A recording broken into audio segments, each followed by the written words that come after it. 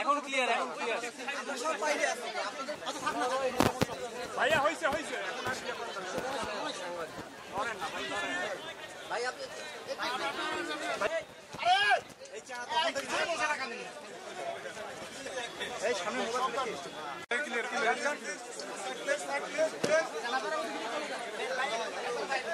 শুভেচ্ছা ও গভীর শ্রদ্ধা। কেবলা যদি ঢাকা বিশ্ববিদ্যালয় হয় তবে জুলাই আন্দোলন বিপ্লবের জাগ্রত অংশীজন প্রিয় সাংবাদিক বৃন্দ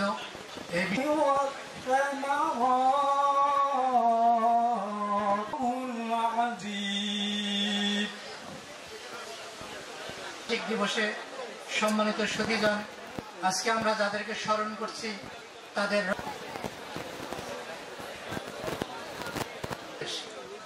আজকের এই অনুষ্ঠানের সম্মানিত প্রধান অতিথি। বরং তারা জীবিত, কিন্তু তোমরা তো অবগত নও, আর আপনি ওই সব ধৈর্যশীলদের সুসংবাদ প্রদান করুন। আয়োজনে আজকের এই অনুষ্ঠানে সম্মানিত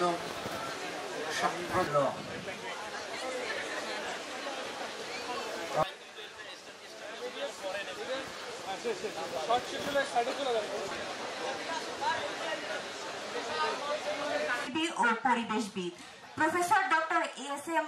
ফায়েজ মানুষ সেই জায়গাগুলোতে ঘুরে আসবেন, এটি আমাদের কাছে চাওয়া থাকবে।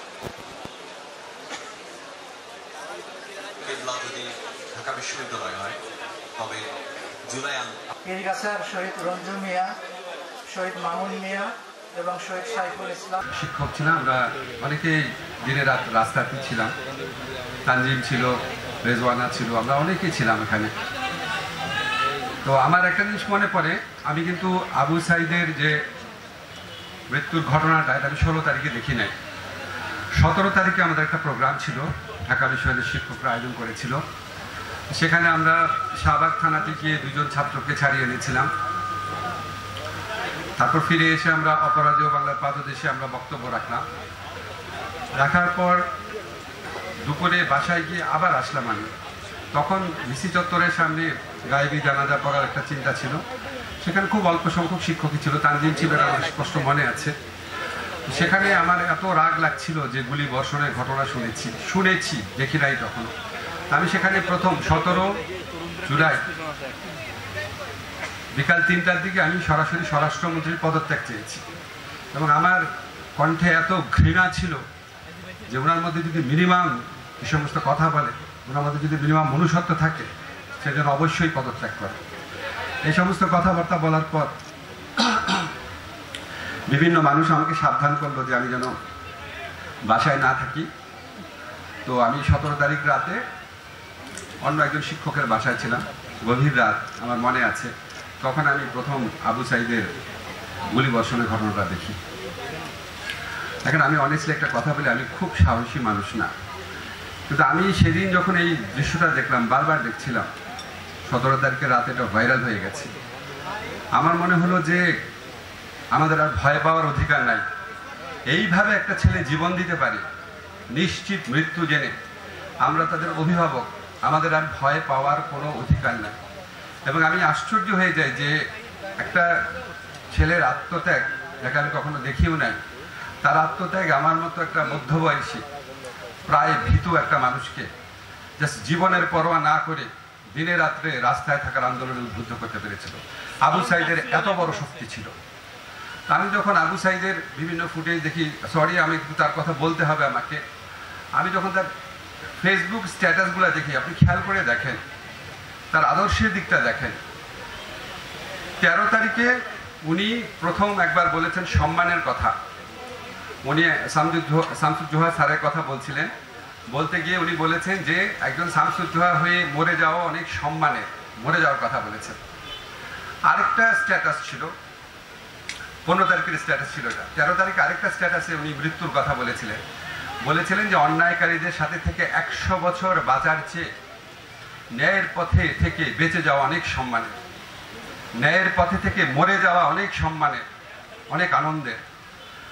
তা আমার কাছে মনে হয়েছে কি যে আবু সাইদের আদর্শটা কি ছিল, যে আমি সত্য ন্যায় আদর্শের পথে থাকবো, থাকার পরে আমি যদি মরেও যাই সেটা এই হাজার হাজার লক্ষ লক্ষ অন্যায়কারীর বেঁচে থাকার চেয়ে অনেক সম্মানের, অনেক শ্রদ্ধার।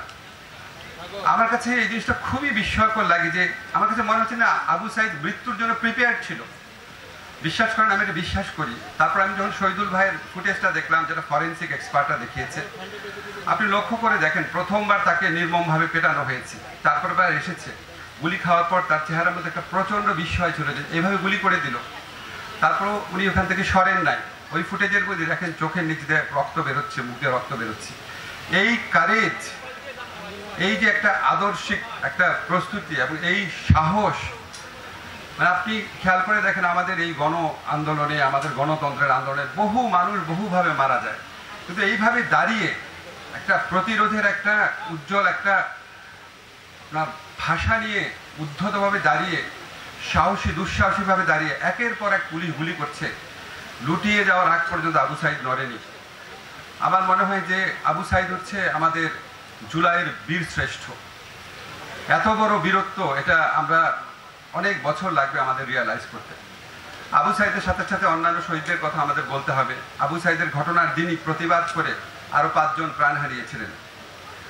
ওয়াসিমের কথা আমার মনে আছে, সেও ছাত্র ছিল চট্টগ্রামের একটা কলেজের।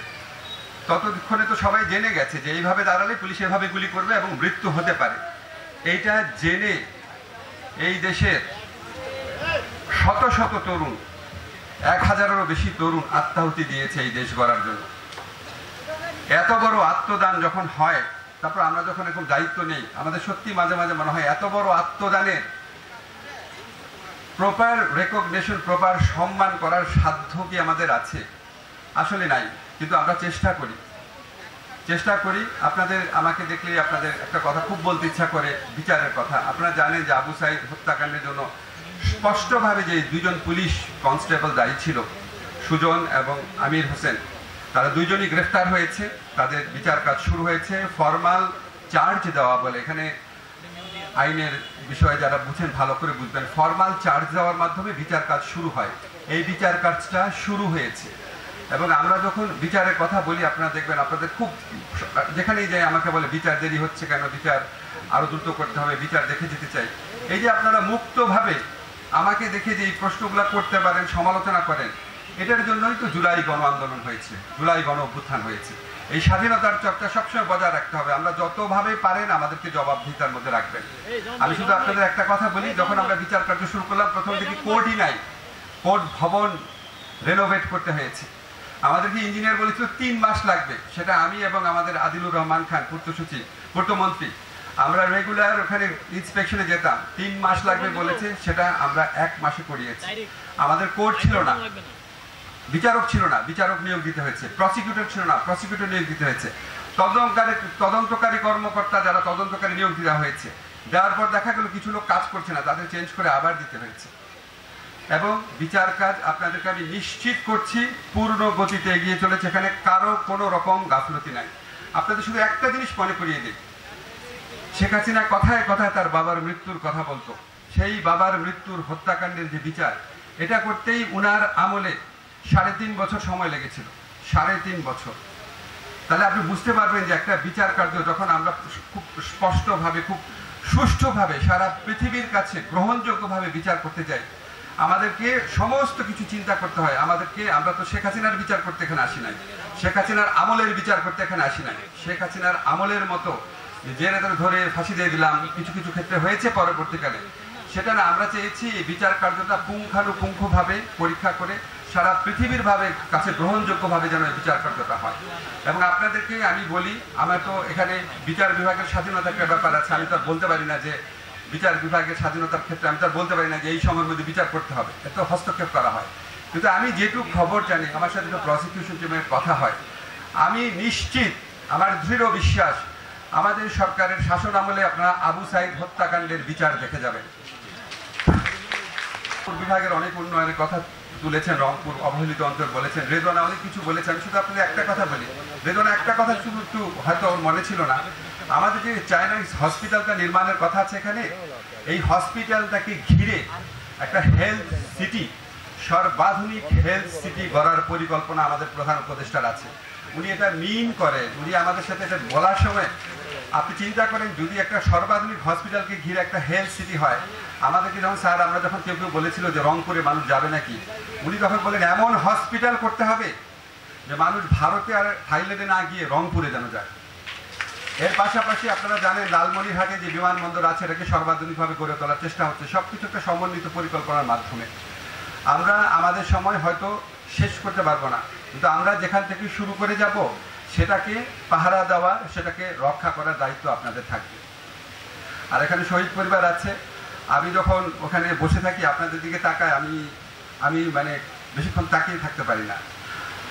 আমিও তো পিতা, আমার শুধু মনে হয় যে আমার যদি একটা সন্তান না থাকতো আমরা পাগল হয়ে যেতাম। পৃথিবীতে এর চেয়ে বড় বেদনার আর কিছুই হতে পারে না। আপনাদের প্রতি হাজার কথা বলেও, হাজার বার কেঁদেও আপনাদের প্রতি আমাদের সহমর্মিতা, দুঃখ, সহানুভূতি প্রকাশ করতে পারবো না। আপনাদের সন্তানরা আমাদেরকে চির ঋণী করে রেখেছে, এটা আমরা মনে রাখি, শুধু এটুকু বলে গেলাম। আর রংপুরের ব্যাপারে একটা কথা বলি, আমি এটা বহু বছর যাবৎ জানি, রংপুর হচ্ছে বাংলাদেশের সবচেয়ে অবহেলিত অঞ্চল এবং রংপুরের মানুষ হচ্ছে সবচেয়ে সাদাসিধা ভালো মানুষ। কিন্তু রংপুরের স্বার্থের ব্যাপার যদি আসে, আপনারা আর সাদাসিধা ভালো মানুষ থেকেন না। রংপুরের স্বার্থ ঠিক মতো বুঝে নেবেন। বাংলাদেশের সব ক্ষেত্রে সুষম উন্নয়ন করতে হবে, এটা আমাদের সংবিধানের একটা অব্লিগেশন, এটা আমাদের রাষ্ট্র পরিচালনার মূলনীতির মধ্যে আছে। এই নীতি যদি ভবিষ্যতে কোনো শাসক পালন না করে আপনারা তার বিরুদ্ধে রুখে দাঁড়াবেন। ইনশাআল্লাহ রংপুরের বিজয় সুনিশ্চিত। ধন্যবাদ। আজকে শহীদ পরিবারের যারা এখানে আছেন, আসলে আমরা যতই স্মরণ সভা করি, আমরা হয়তো একদিন ভাববো, 2 দিন ভাববো, আমরা যারা কাজের সূত্রে আছি, কাজ করতে গিয়ে মনে হবে, কিংবা বিভিন্ন আন্দোলনে ছিলাম সে সময় মনে হবে। কিন্তু আপনাদের তো আসলে পরিবারের যে চলে যায় সে চলে গেছে, আর যে বেঁচে আছে তার জন্য তো এই জীবনটা আর কোনো জীবন না। এই দুঃখ নিয়ে, এই কষ্ট নিয়েই তার বেঁচে থাকতে হবে। একটাই তার সান্ত্বনা হবে, যদি সে দেখে তার সন্তান, তার ভাই, তার বোন, তার বাবা যে উদ্দেশ্যে প্রাণটা দিয়েছে সেই উদ্দেশ্যটা সফল হয়। এখন সেই উদ্দেশ্য সফল একটা প্রক্রিয়ার ব্যাপার বাবা, এটা সহজে হয়ে যায় না। আমি সেখানে যাওয়ার আগে একটা কতগুলো কথা, যে আবু সাইদের মৃত্যুটা, ইয়ামিনের মৃত্যুটা, মুগ্ধর মৃত্যুটা, বা এরকম আরো অনেকের মৃত্যুগুলো যখন আমাদের মানসপটে প্রায় ভেসে ওঠে, আমার একটা কথা মনে হয় যে এই ছেলেটা আবু সাইদ সেদিন ভয়কে জয় করেছিল।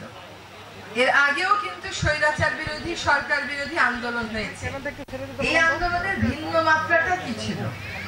ভিন্ন মাত্রাটা ছিল এইখানে যারা আন্দোলন করেছে তারা সকল ভয়ের ঊর্ধ্বে উঠে আন্দোলনটা করেছে, এবং এই আন্দোলনে ব্যক্তি স্বার্থ একদমই ছিল না। আবু সাইদ বা ইয়ামিন বা মুগ্ধরা কখনো ভাবেনি তারা কোনো সরকারের অংশ হবে। তারা একটা অন্যায্যতার বিরুদ্ধে রাস্তায় দাঁড়িয়েছিল এবং তাদের কোনো ব্যক্তি স্বার্থ ছিল না বলেই তারা ভয়টাকে জয় করতে পেরেছিল। যখন ব্যক্তি স্বার্থ থাকে তখন আমরা আগে পিছিয়ে ভেবে আর ওই ভয় জয় করার কাজটা কখনো করি না। এই যে নিঃশঙ্ক চিত্ত, এই যে অকুত ভয় মানসিকতা, এইটাই কিন্তু এই কোটা বিরোধী আন্দোলনে ভিন্ন মাত্রা এনে দিল। সেইটা পরে সরকারি স্বৈরাচার পতনের আন্দোলনে পরিণত হলো এবং সেখানে সকল রাজনৈতিক দল, জনতা সকলেই অংশগ্রহণ করেছে। আবু সাইদের মৃত্যুটা আমাদের সবার চোখের সামনে একদম জলজলে। সেরকম ভাবে আপনি মুগ্ধর কথাগুলো আমাদের কানের মধ্যে বাজে। একইভাবে যদি আপনি আয়মানের কথা ভাবেন, তাকে একটা সাজোয়া যান থেকে ফেলে দেয়া হলো। ছেলেটা তখনও নিঃশ্বাস নিচ্ছে, আমাদের কাছে ছেলে, অভিভাবকের কাছে তো বাচ্চা, তখন সে নিঃশ্বাস নিচ্ছে, তার বুকটা তখন ওঠা নামা করছে। সেই ছেলেটা এতটুকুন দয়া হলো না, তাকে ওইখানে ওইভাবে ফেলে রেখে চলে গেল, তাকে হাসপাতালে নিল না। এইটাই সেই সমাজ ব্যবস্থা, এইটাই সেই রাষ্ট্র ব্যবস্থা যার পরিবর্তনের কথা আমরা আমরা বলছি। ওই অবস্থা থেকে আরেক অবস্থায় যাওয়া আসলে একটা যাত্রার বিষয়। এটা আজকে বললাম কালকে হয়ে গেল তার বিষয় না। আমাদের বাহিনীগুলো সরকারের নির্দেশে মানুষের বুকে গুলি মারে, কিন্তু ভূমিদস্যুরগুলো বুকি মারে না, পাথর ব্যবসায়ীর বুকে গুলি মারে না, দুষ্টের বুকে ঘুষখোরের ব্যাপারে ব্যবস্থা গ্রহণ করে না। সেইখানে তাদের সক্ষমতা রয়েছে। যখন হেলমেট পরে এসে নিরীহ ছাত্রদেরকে আক্রমণ করে, তাদের জন্য তাদের গুলির বরাদ্দ নাই। গুলির বরাদ্দ হচ্ছে নিরীহদের জন্য। আমি বলছি না গুলি করতে হবে, আমি বলছি যাদেরকে আইনি ব্যবস্থার মুখোমুখি করতে হবে, যারা আসলে আইন শৃঙ্খলার জন্য হুমকি, যারা আসলে শান্তি সৃষ্টির জন্য হুমকি, যারা নানান অজুহাতে আমি আর তুমি মনস্তত্ত্বে ঢুকিয়ে দিয়েছে, তাদের ব্যাপারে কিন্তু আমাদের সমাজে কখনোই প্রতিরোধের ব্যবস্থা গড়ে ওঠে নাই। আমাকে মাঝরাতে এখনো চিঠি লিখে আপা বালু উত্তোলন করছে। আমি দেখেন বালু উত্তোলন তো আমার বিষয় না, ভূমি মন্ত্রণালয়, তারপরে আমি দেখব, কিন্তু আপনারা প্রতিরোধ গড়ে তোলেন। ঠিকই দেখা গেল যে জায়গায় প্রতিরোধ গড়ে উঠেছে বালু দস্যুরা সেই জায়গায় আর দ্বিতীয়বার যায় না। কিন্তু এই প্রতিরোধ করা মানুষগুলো যখন এখন আবার আইন শৃঙ্খলা বাহিনীর কাছে যায়, তারা কিন্তু তাদেরকে প্রশ্রয় দেয় না, তাদেরকে প্রোটেকশন না দিয়ে ওই দস্যুদেরকেই প্রোটেকশন দেয়। এখানে গুলি ছোড়াছুড়ির বিষয় না, বিষয়টা হচ্ছে আইনি প্রক্রিয়াটাকে যখন আমরা ঠিক করে আনবো, যে চেষ্টা আমরা দিনরাত করে যাচ্ছি, বা যেটা বললাম এখান থেকে ওইখানে উত্তরণ একটা যাত্রা, এটাতে সময় লাগবে। এবার আমি শাহরিয়ারের ব্যাপারে, শাহরিয়ার যে কথাগুলো বলেছি সেটা নিয়ে একটু কথা বলি। আবার একটা কথা মনে হয় যে আবু সাইদের বোন কাঁদছিল না, আমার ভাইকে চাকরি দিবি না দিস না, ওদের রংপুরের ভাষায়, ওর গায়ে গুলিটা কেন মারতে সরকার বলল। তো আমাদেরও তো একই অবস্থা, অনেক কিছু দিতে পারেন বা না পারেন সেটা অন্য ব্যাপার, কিন্তু গুলিটা মারবেন কেন? এই প্রাণগুলো তো আর ফিরে আসবে না। এবং আপনাদের তো তাও অনেক সান্ত্বনা আছে যে একটা বিচার প্রক্রিয়া চলছে, বিচার হবে ইনশাআল্লাহ, কিন্তু অনেক মানুষের নিখোঁজ হয়ে গেছে, জীবনে আর কোনোদিন ফেরত আসেনি। স্ত্রী জানে না সে বিধবা কিনা, সন্তান জানে না তার সে এতিম কিনা। সেখানে একজন মানুষ চেকে সই করে টাকা তুলবে, সেই মহিলা টাকা তুলতে পারে না, কারণ তার তো বিধবার সার্টিফিকেট নাই, তার তো ওই যে আদালত থেকে ওইটা আসবে ওই জিনিসটা নাই যে তার পরিবারের সদস্য আসলে মারা গেছেন বা বেঁচে আছেন। এইটাই তো একটা রাষ্ট্র ব্যবস্থা যে এত বছর যাবৎ ছিল। এইখান থেকে যখন উত্তরণ হতে হবে, খালি সময় হলে হবে না বাবা, ধৈর্য লাগবে, ধৈর্য। আরেকটা বড় কথা হচ্ছে যে নিজেকে নিজের ভূমিকাও পালন করতে হবে। আরেকটা হচ্ছে আত্মত্যাগের জন্য প্রস্তুত থাকতে হবে। আমার ভুল ধরা, ওনার ভুল ধরা, তোমার ভুল ধরা, এইটাও ধরবে। একই সাথে ভুলটা কেমন করে সংশোধন করা যায়, সেখানে তোমার ভূমিকা কি, আমার ভূমিকা কি, আপনার ভূমিকা কি, এইটাও কিন্তু আমাদেরকে একসাথে এঁকে নিতে হবে। কতগুলো কথা হলো যে রাজনীতিতে যে আমাদের এবার অর্থনৈতিক পরিকল্পনায় রংপুরকে অবহেলিত রাখা হয়েছে। তোমাদের এই প্রেজেন্টেশন শুনে আমার একটা কথা মনে হচ্ছে যে রাষ্ট্র দর্শনে আসলে উন্নয়নের দর্শনে পরিবর্তন তো আনতেই হবে। সেখানে আমরা এইরকম একটা কিছু ভাবতে পারি, এটাই হচ্ছে আলোচনা সমালোচনার সৌন্দর্য, যে ন্যূনতম এত নিচে কোনো বিভাগ পাবে না, তাহলে আর বৈষম্য থাকবে না। আমি বলছি না যে সর্বোচ্চ নির্ধারণ, আমি বলছি কোনো বিভাগ এর পরের বার যখন বাজেট হবে বা সংশোধিত বাজেট হবে, আমরা একটা ন্যূনতম ধরে নেব যে এর নিচে আসলে আর কোনো বিভাগকে দেওয়া যাবে না, কাজে কেউ যেন আর সর্বনিম্ন না হয়। তোমাদেরকে এবার একটা কথা বলি, এবার যখন আমরা বাজেট আলোচনা করছিলাম, মন্ত্রণালয় থেকে বলা হলো সর্বোচ্চ 10টা মন্ত্রণালয় বেশি বাজেট পেয়েছে। তো আমি বললাম সর্বনিম্নটাও একটু বলেন না, কারণ পরিবেশ সবসময় সর্বনিম্ন পায়। তো এই যে সর্বনিম্ন যাতে কেউ না পায়, একটা মিনিমাম আমরা ঠিক করি যে এর নিচে আর কেউ যাবে না, তাহলেই কিন্তু ওই যে বৈষম্যহীনতার ডাক, সেখানে আমরা এক ধাপ এগিয়ে গেলাম। এবার কয়েকটা কথা আপনাদেরকে সকলকে জ্ঞাতার্থে জানাচ্ছি। এক হচ্ছে বিচার তো আমরা চাই, নিশ্চয়ই আসিফ ভাই বলবেন, বিচার কেবল কাউকে ফাঁসি দেওয়া তা না, কিন্তু যদি আবু সাইদের প্রতি, মুগ্ধর প্রতি, ইয়ামিনের প্রতি, আরো অনেক শহীদের প্রতি বিচার করতে হয়, বিচার করতে হবে সমাজটাকে সত্যিকার অর্থে বদলে দিয়ে। শুধুমাত্র একজন অপরাধীকে ফাঁসি দিলেই বিচার হয় না। যদি সত্যিকার অর্থে বিচার চাই, তাহলে আমাদের বৈষম্যহীন সমাজ গড়তে হবে, তাহলে আমাদের ন্যায় এবং সমতা ভিত্তিক সমাজ গড়তে হবে, দুর্নীতি বিরোধী সমাজ গড়তে হবে, সুশাসনের সমাজ গড়তে হবে। এই প্রক্রিয়াতে কিন্তু আমরা সকলে অংশীদার, আমাদেরকে অংশীদার হতে হবে। আমরা আলোচনা করছিলাম যে চীন সরকার সম্পূর্ণ নিজ অনুদানে একটা হাসপাতাল করে দেবে। সেই হাসপাতালটা বাংলাদেশের কোথায় হতে পারে? আসিফ ভাই হয়তো মনে থাকবে ওনার নিশ্চয়ই, আমাদের মাননীয় প্রধান উপদেষ্টা বললেন এই হাসপাতালটা রংপুরে হতে হবে, এবং এই হাসপাতালটা এই জন্যই রংপুরে হতে হবে আপনাদের এই আন্দোলনের অবদানের কথাটা মনে রেখে, এই অবহেলিত পিছিয়ে পড়া জনপদের এগিয়ে যাওয়ার কথাটা মনে পড়ে। কেউ কেউ বলছিল যারা চিকিৎসা নিতে যাবে, এত উন্নত মানের চিকিৎসা দেবে, তারা কি ঢাকা থেকে চট্টগ্রাম থেকে আসবে রংপুরে? তখন উনি বললেন যে ঢাকা থেকে যদি ভারতে যায়, যদি সিঙ্গাপুরে যায়, যদি মালয়েশিয়ায় যায়, যদি সৌদি আরবে যায়, ব্যাংককে যায়, তাহলে রংপুরে যাবে না কেন? রংপুরেও আসবে। এইটা আপনারা একটু মনে রাখবেন, যে আপনারা যদি ভাবেন যে আপনাদেরকে আমরা মনে রাখি, এটা কিন্তু ঠিক না। আমরা কাগজে কি লিখেছি তা দিয়ে সবসময় জাজ করা যায় না, আমরা হৃদয়ে কি রেখেছি এটার একটা বড় উদাহরণ আপনাদেরকে দিলাম। এবার আসি যে আপনারা তিস্তা নদী নিয়ে কথা বলেছেন। এখন টাকা কে দেবে না দেবে সেটা নিয়ে অনেক কথা হতে পারে। তিস্তার মতন একটা ভাঙ্গন প্রবণ, খরস্রোতা, ভাগ করে নেয়া নদী, যেখানে আমরা ভাটিতে আছি, এটার ব্যবস্থাপনা প্রযুক্তিগত দিক থেকে অনেক উৎকর্ষতার দাবি রাখে। এই জন্য যখন চীন সরকারকে বিগত সরকারের আমলে যখন চুক্তি হয়, তাদের পরিকল্পনা শেলফে তুলে রাখা হয়, চীনের পরিকল্পনা আর বেরই করা হয়নি। আমরা ওটা বের করলাম, ওটার উপরে কাজ করেছি। 12,000 কোটি টাকা ব্যয়ে তিস্তা প্রকল্প এই এলাকায় বাস্তবায়িত হবে। এটার কাজ আমরা এগিয়ে নিচ্ছি। এখানে সরকারও টাকা দিবে, চীন সরকারও টাকা দিবে। এটা 10 বছর মেয়াদী পরিকল্পনা, তার মধ্যে 5 বছরে সেচ, ভাঙন রোধ এবং স্থায়ী বাঁধ, এই 3টা জিনিসকে প্রাধান্য দেওয়া হবে। এই শেলফে থাকা পরিকল্পনাটা বের করে আমরা পরিকল্পনা কমিশনে পাঠিয়েছি। আপনারা জেনে আনন্দিত হবেন, গতকাল পরিকল্পনা কমিশন তাদের পক্ষ থেকে অনাপত্তি দিয়ে এই তিস্তার প্রকল্পের খসড়া পাঠিয়ে দিয়েছে আমাদের ইআরডি বিভাগে। এখন ইআরডি বিভাগ থেকেও পাঠিয়ে দেওয়া হয়েছে চায়নার কাছে, যে আমরা এখানে একমত আছি। এখন বিশেষজ্ঞরা এটা ডিজাইন করবে।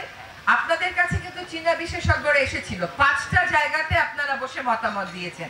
সেই সব মতামত নিয়ে সন্নিবেশ করে এই প্রকল্পটা আমরা আশা করছি, চীনের দিক থেকেও তো কিছু প্রক্রিয়া থাকে, তারা কত টাকা দিবে, কোন সময়ে সেই বাজেট পাস হয়। আমরা খুবই আশাবাদী যে আমরা ইনশাআল্লাহ ডিসেম্বরের মধ্যে এই চুক্তিটা শেষ পর্যায়ে নিয়ে যেতে পারবো, এবং আগামী বছর থেকে কাজ শুরু হবে। আমাদের প্রকল্প দলিলে লেখা আছে কাজ শুরু হবে জানুয়ারি 2026-এ। এত বড় ডিজাইন তো ল্যান্ডস্কেপিং না বাবা। কোন দিক দিয়ে পানি আসবে, কোন দিক দিয়ে ভাঙবে, কোন দিক দিয়ে বেশি ভাঙে, একদিকে বাদ দিলে আরেক দিকে ভাঙবে। তখন এখন পদ্মায় দেখেন আপনি, পদ্মা সেতু হয়ে গেল, এখন শরীয়তপুরে জাজিরাতে ভাঙতেছে। এক জায়গায় আমরা বাদ দিই তো আরেক জায়গায় গিয়ে ভাঙে। নদী শাসনটা অত বড় মাপের যাদের করার অভ্যাস আছে, পরিবেশ প্রতিবেশ রক্ষা করে, তাদেরকেই এই দায়িত্বটা আমরা দিচ্ছি। আরেকটা কথা বলি, শিল্পায়নের কথা, কর্মসংস্থানের কথা বলেছেন। কুড়িগ্রামে একটা ইকোনমিক জোন হবে, এটা কি আপনারা জানেন? কুড়িগ্রামে যে ইকোনমিক জোন হবে, এটা হবে 215 একর জায়গার উপরে। এই 215 একর জায়গার উপরে যে ইকোনমিক জোন হবে, তারও পরিকল্পনা পাস হয়ে গেছে। এটা করা হবে ভুটানের জন্য, এবং ভুটান এখানে অনেক কাজই করতে পারে। তো প্রাথমিকভাবে 4টা বিষয় করবে। আপনারা বললেন এখানকার বাংলাদেশের কত % খাদ্যশস্য এখানে উৎপাদিত হয়, তাই বললেন না প্রেজেন্টেশনে?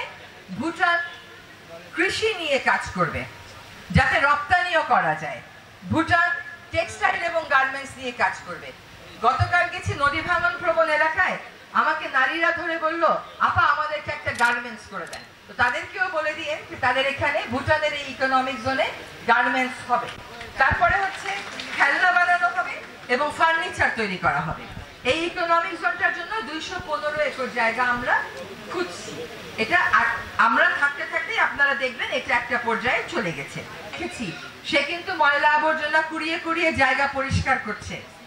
আবু সাঈদের স্মৃতির প্রতি যদি সম্মান জানাতে হয়, তাহলে কিন্তু পরিবেশের জন্য কাজ করতে হবে, এইটাও একটা বড় উপায়। আমি বড় বড় দাগে কতগুলো কথা বললাম, আরেকটা কথা বলিনি। আপনাদের শ্যামা সুন্দরী নদী বলেন বা খাল বলেন, আমাদের মন্ত্রণালয়ের সীমিত স্বার্থের মধ্যে আমরা 14 কোটি টাকা বরাদ্দ দিয়েছি। এইখানে আমরা খননটা করে ফেলবো। আরেকটা নতুন পরিকল্পনা, কালকে আমরা স্থানীয় সরকার উপদেষ্টা মহোদয়ের সাথে কথা বলেছি যে এত বর্জ্য যায়, 68টা পয়েন্ট থেকে বর্জ্য যায়, সেগুলোর জন্য এখানে একটা এসটিপি আমরা করতে পারি কিনা সে একটা পরিকল্পনা দেবে। কাজে শ্যামা সুন্দরীর কাজও শুরু হবে। গতবার ফেব্রুয়ারিতে এসেছিলাম, তখন বলেছিলেন যে আপা 45 কিলোমিটার নদী বেশি ভাঙ্গে প্রকল্প দেন। সেই প্রকল্প এসেছে নাকি আসে নাই? আসছে তো, তার 19.5 কিলোমিটার কাজ হয়ে গেছে, বাকিটা এই বর্ষা মৌসুমের শেষে কাজ হবে। কাজে 45 কিলোমিটার অতি ভাঙন প্রবণ এলাকায় বাঁধ বসছে, তিস্তার মাধ্যমে স্থায়ী বাঁধ বসবে, ইকোনমিক জোন হবে, শ্যামা সুন্দরী খনন হবে, তামাক এবং তামাক চাষের কথা বলেছেন। নতুন প্রজন্মের কাছে আশা করেছিলাম তারা বলবেন আমরা এই এলাকায় তামাক চাই না, তারা বলবে আমরা এলাকায় অন্য পরিবেশ বান্ধব স্বাস্থ্য বান্ধব শিল্প চাই।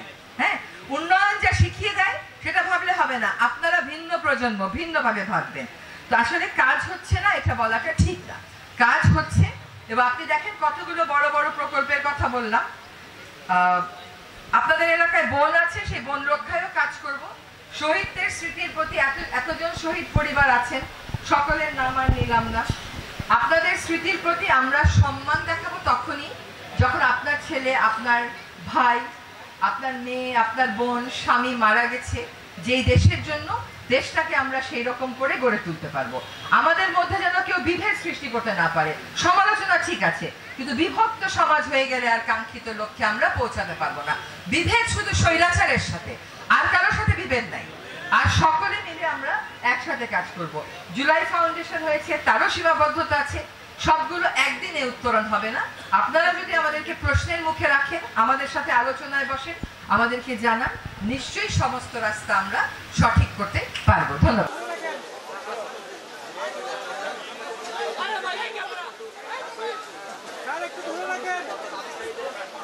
সাজ্জাদ হোসেন এর পরিবারের কাছে তুলে দেওয়া হচ্ছে।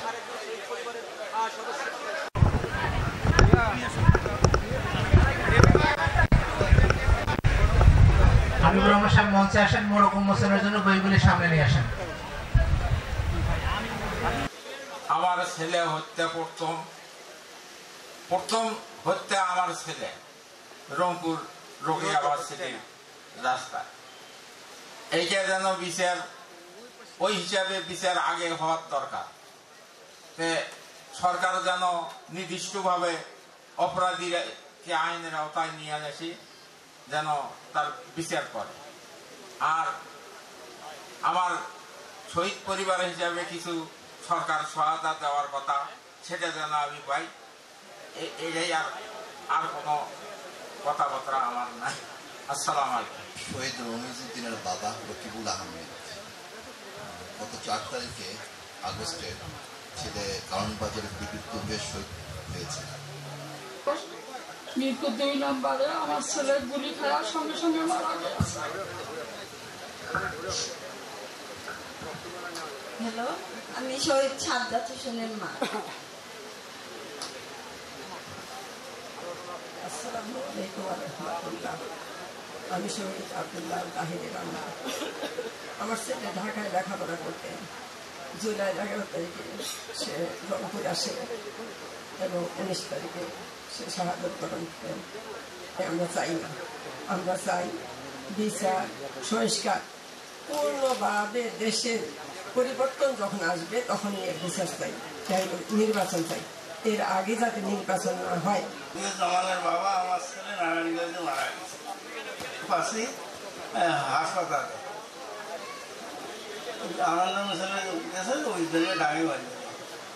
বিপ্লবের আমাদের যে প্রেক্ষাপট, আমাদের দ্বিতীয় স্বাধীনতা অর্জনের যে অর্জন, শহীদ আবু সাঈদ সহ অন্যান্য শহীদদের প্রতি আমরা গভীর শ্রদ্ধাভরে স্মরণ করছি এবং তার শোক সন্তপ্ত পরিবারের প্রতি গভীর সমবেদনা জ্ঞাপন করছি। পাশাপাশি যারা আহত হয়েছেন তাদের আশু রোগ মুক্তি কামনা করছি। ডিটারমিনেশন আমার কাছে আবু সাঈদ মানে হচ্ছে সোর্স অফ ইন্সপিরেশন, এবং আবু সাঈদ হচ্ছে সকল শহীদের, সকল আহতদের সকল যোদ্ধার প্রতিনিধি। আমি যখন প্রথমে আবু সাইদের সেই হাত প্রসারিত করে দাঁড়িয়ে থেকে বুলেট ফেস করতে দেখলাম, প্রথমেই অন্য একটা দৃশ্য আমার মনে এসেছিল। সেটা চীনের তিয়াননমেন স্কয়ার 1989 সালে মার্শাল লর প্রতিবাদ করতে গিয়ে ছাত্র ছাত্রীরা সেই স্কয়ার অবরোধ করে রেখেছিল 6 সপ্তাহ। সেই জানটা কিন্তু তাদের সাথে নেগোশিয়েট করেছে, 6 সপ্তাহ ধরে নেগোশিয়েট করেছে। তারপরে যখন পারলো না, তখন ডেফিনেটলি সোলজার মোবিলাইজড হলো। তখন একটা সিনারি বোধহয় আপনাদের মনে আসছে, একটা সিন যেটা পুরো পৃথিবীতে সাড়া ফেলেছিল। এই কলম অফ 4 ট্যাঙ্কস, 4টে ট্যাঙ্কের একটা সারি আসছে। একজন তরুণ এই সেই আবু সাইদের মতো দাঁড়িয়ে আছে বুক চিতিয়ে। এই ট্যাঙ্কগুলো কিন্তু তাকে স্পর্শ করছে না, ট্যাঙ্কগুলো সরে যাচ্ছে। এই তরুণ আজান হচ্ছে, প্রতিজ্ঞা নিয়ে নেমেছিল। সেই আকাঙ্ক্ষাটা অনেক বড় আকাঙ্ক্ষা। সেই আকাঙ্ক্ষাটা কেবলমাত্র রোকেয়া বিশ্ববিদ্যালয়ের একটি বাস দেওয়ার মধ্যে সীমাবদ্ধ না, রোকেয়া বিশ্ববিদ্যালয়ের একটি টিএসসি দেওয়ার মধ্যে সীমাবদ্ধ না। আমি মনে করি যে এই আকাঙ্ক্ষাটা ছিল একটি স্বৈরাচারী সরকারের পরিবর্তন করে একটি গণতান্ত্রিক সরকার প্রতিষ্ঠা করা। এবং তার উদাহরণ হচ্ছে এই পরিবর্তনটা শুরু হতে হবে মানুষের মগজে প্রথম। তার উদাহরণ হচ্ছে আজকে যারা মঞ্চে উপবিষ্ট আছেন, এই যে একটা পরিবর্তন, সেই পরিবর্তন থেকে। তার উদাহরণ হচ্ছে যারা আজকে ছাত্ররা এখানে রাগত স্বরে বক্তব্য রেখে গেলেন এবং তাদের দাবি দাওয়া উপস্থাপন করে গেলেন, সেই কালচারের একটা পরিবর্তন। এই পরিবর্তন আমাদের সামনে পথ দেখানো।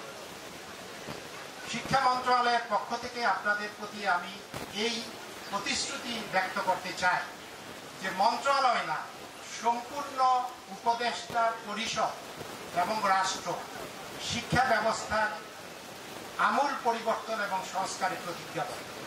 কারণ শিক্ষা হচ্ছে সেই সেক্টর, যেই সেক্টরে পরিবর্তনের মাধ্যমে মানুষের মন মানসিকতা এবং মনোজগতে পরিবর্তন আনা যায়, যেটা গণতন্ত্রকে সুপ্রতিষ্ঠিত করে।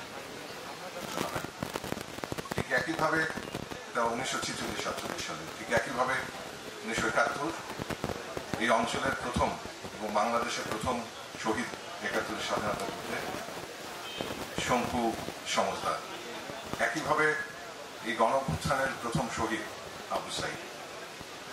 তার মানে হচ্ছে বাংলাদেশের অভ্যুদয় এবং বাংলাদেশের রাষ্ট্র হিসেবে বিকাশের ক্ষেত্রে এখন পর্যন্ত যে শহীদদের ধারণ করা এক প্রজন্ম থেকে আরেক প্রজন্ম, সেটা রংপুর অঞ্চল প্রমাণ রেখে গেছেন সেটা কিভাবে তারা ধারণ করছেন। এবং আজকে আমরা যে ঘটনার সূত্র ধরে এখানে উপস্থিত, সেটা ছিল মূলত একটি কোটা সংস্কার আন্দোলন, যে আন্দোলন শেষ পর্যন্ত রাষ্ট্র সংস্কারে পরিবর্তিত হয়, পরিণত হয়। এবং এই আন্দোলন যেটা শেষ পর্যন্ত গণঅভ্যুত্থানে রূপ নেয়, মূলত ফ্যাসিবাদী শাসন ব্যবস্থার বিরুদ্ধে। আমরা বিশ্বাস করি যে আবু সাইদ ভাইয়ের এই ত্যাগকে ধারণ করে আমরা যাতে ভবিষ্যতে রাষ্ট্রের যে কোনো বিপদে মোকাবেলা করতে পারি এবং নতুন বাংলাদেশ গড়তে পারি।